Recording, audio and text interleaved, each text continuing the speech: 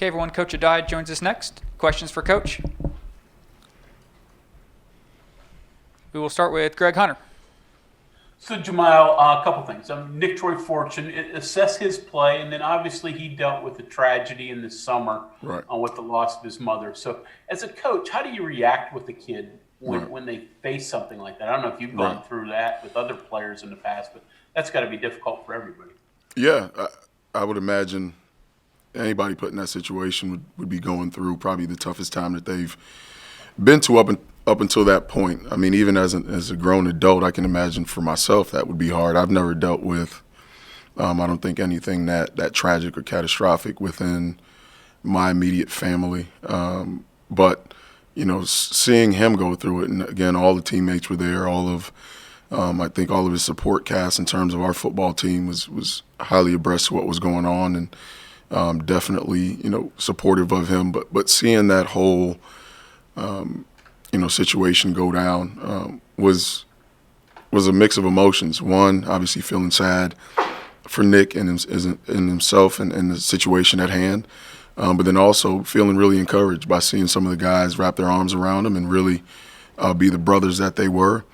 And then some excitement on my part to be able to, not necessarily fill a void because you'll never be that, but to continue to do what we've been brought here as coaches to do, which is to mentor him and help him through the toughest times in which they face. And, he's done a heck of a job with it.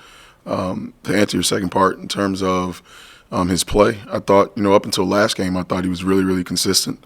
Hadn't given up much. Had been tried on double moves, vertical balls, so on and so forth all year long, and really did an elite job. I think last week was probably an issue, not necessarily just for him, but really the whole supporting cast and really all three phases. And so, not that you want to harp on it, but you learn what not to do, and it's a learning experience. And Nick, no different than the others, is going to return better than he was. Next is John Antonik. Curious how you handle reboots as a coach with your guys. And I think back to your career here. You didn't have many instances where you got handled the way you did against Iowa State, particularly in your career. Right. How do you do that as a coach with your players? How do you approach that with them? Yeah. Well, first thing you've got to do is be transparent. I know there's some things that I feel I wish I would have done differently. And I think the first thing that you've got to do anytime you have a performance like that is to look in the mirror and really self-reflect and self-scout and see what it is that you could have done better to help the situation. I think that's fair. And the reboot starts with me. The one thing that I know about myself is I'm prideful, and that's the first thing that's bothered by our last performance. And so I think your temperament and how you go about things rubs off on your players. It's natural in that way. I've been coached by some guys that I feel like I resemble as I've gone through my career and even things in life. And so I know as a coach that all eyes are on me, and I've got to respond the right way. And so the reboot starts with me getting back in the book, really getting back to basics, and taking us back to where we were, which is an elite defense and elite back end. And, the good thing about it is we've got, one and obviously two more opportunities to show that we are what we've been for the past 8 games. I'd like to think that, that one game doesn't tarnish everything that we've done throughout the season. But at the end of the day, in this profession and in this game, you only are what you've shown lately. And that's not the way we want to go out. That's not us, and we'll let that be known.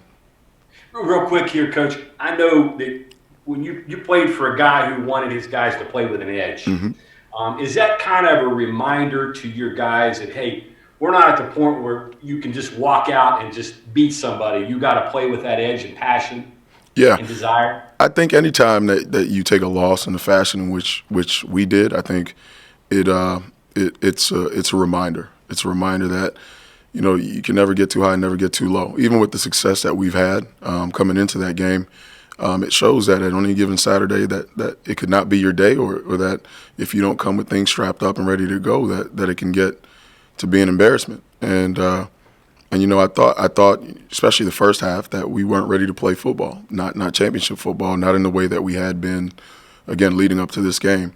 I thought in the second half we competed a bit more, but again, still not to the standard in which we want. And our guys understand that. They come in, they owned it on their own, and I think they're the same as the coaches. They want to get back to it and really try to show what our product has been, which has been some really good defense this year.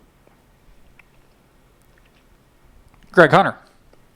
So, Jahmile, 9 games into a season, you've probably seen about most everything you can out of an offense. So, that said, looking ahead to Oklahoma, anything that they do unique, or they just do what they do really, really well? Not necessarily unique. I think they do what they do really, really well, and I think they have the Jimmies and Joes to do things that maybe other people can't. I think they stretch the field vertically, probably about as good as any team that I've faced in my coaching career, but they have the horses on the outside that can run and get things vertical. Obviously, offensive line is big and athletic, and the quarterback not only manages the offense but has the ability to make splash plays, whether it be with his feet or with his arm. And so, I mean, it is what it is. You know the problems that presents. It's been that for us every single game.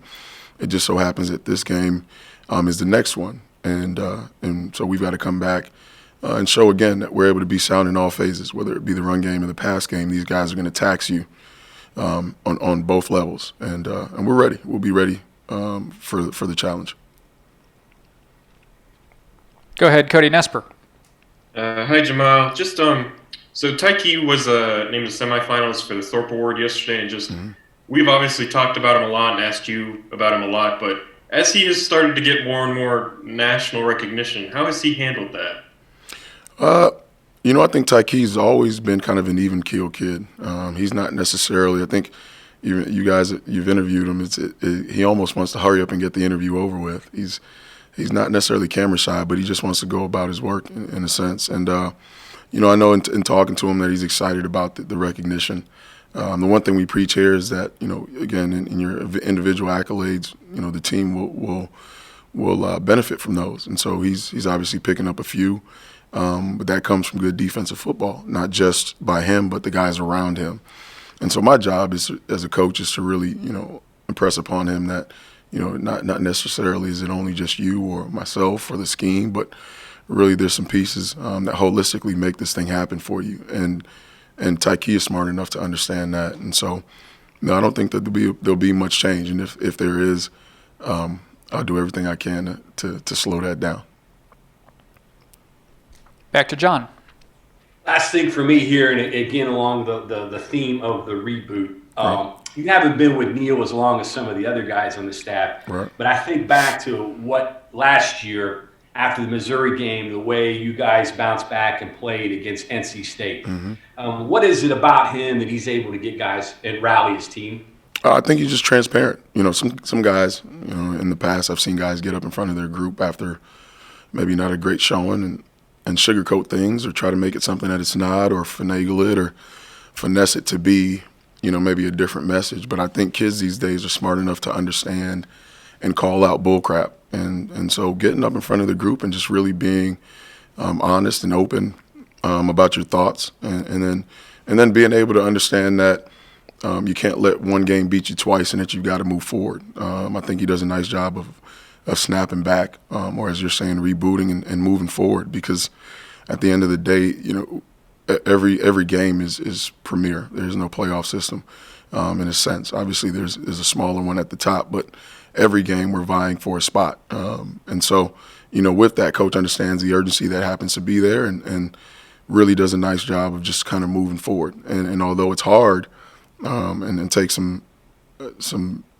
discipline in a sense, he does a really good job of doing so.